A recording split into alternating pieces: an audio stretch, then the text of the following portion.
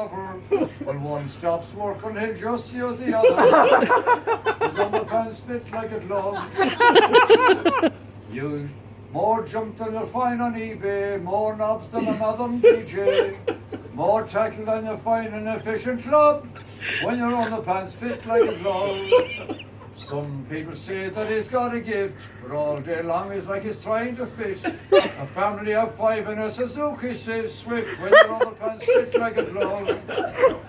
You should see what the papers are writing. He thinks he's more famous than Enid Blyton. He's got to be careful not to get too excited when your underpants fit like a glove. Well, that's the story about my brother Billy. He was born with more than one willy. 3 more dicks than Milli Vanilli.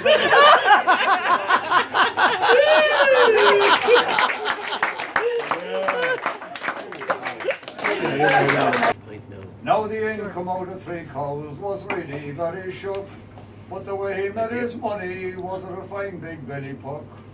Well, he was as fine an animal as your eyes could ever see, and if you ever saw him, I'm sure you would agree. He had outstanding markings, he was grey with a cast of blue, but his most outstanding part was his fine big peckaloo.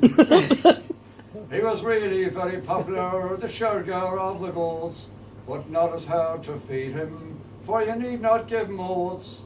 No, the only oats he wanted was to get enough to do, for the part that gave him trouble was his fine big pickaloo. One day the goatie broke away from the place where he was tied, and delighted with his freedom, he roamed the countryside. Over hills and ditches he ran wild, he had no sins, until at last he came to 6 rows of a barbed wire fence. While he jumped it now there's clearly and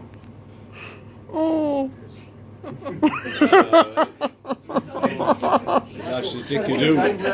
That's his pickaroo. Sure he left his pickaroo.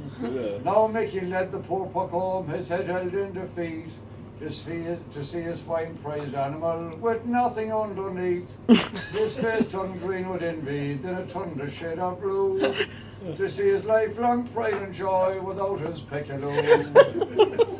Well, then next Sunday evening the priest called Mickey in. He said his little nanny, 'twas our mating time again. McKean was in an awful state, he did not know what to do, for he could not tell the priest the puck had lost his pickaloo. Well, then the next Sunday morning the priest came with the goat. McKean was feeling guilty, but he didn't want to show it. He let out the goat as usual, but that's all he could do, for the poor puck couldn't function without it. Now the priest was pure disgusted with the antics of the beast. McKean said, I know well what's wrong, he won't do it in front of priests. Leave her there till tomorrow, now that's what you must do. When the priest was gone, he got a puck with a smaller peckaloo. So come all ye young fellas, now the moral it makes sense, and don't attempt to jump too high across a barbed wire fence. Or if you ever chance it, it could happen also to you, that to go to meet your girlfriend without your peckaloo. Hey!